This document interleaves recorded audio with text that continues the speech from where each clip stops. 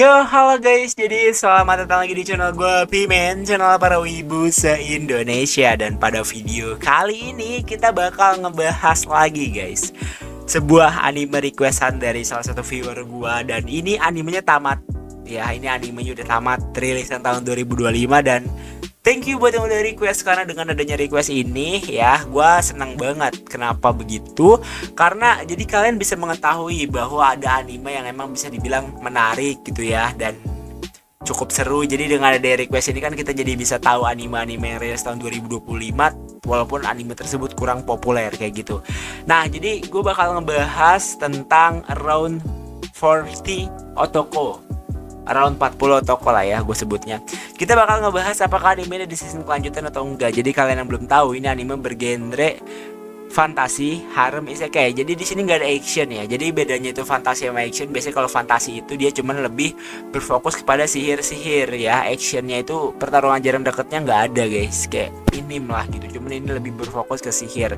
Apakah ada season kelanjutan dari anime ini? Kita bakal review lebih lanjut di studionya guys, ADVIS. Nah, ketika kita melihat studionya di sini, gue bisa menyimpulkan bahwa ini cuman buat promosi doang adik-adik ya. Ini cuman buat promosi doang dari manganya guys. Dan manganya sendiri ini juga kurang populer, cuman goceng tuh, kalian lihat ya, cuman goceng, gak banyak. Dan anime ini cuman buat promosi doang ke season kelanjutannya gitu. Jadi bisa dibilang kayak season kelanjutannya kecil kemungkinan, atau bahkan gue bisa simpulkan tidak ada season kelanjutan dari anime ini. Jadi jujur sih bisa dibilang kayak gue tuh pengen ngasih info yang baik-baik. Cuman gue tuh bukan tipikal youtuber yang clickbait guys, karena gue lebih suka to the point ya. Jadi anime ini buat kemungkinan rilisnya nggak ada ya, karena beberapa faktor.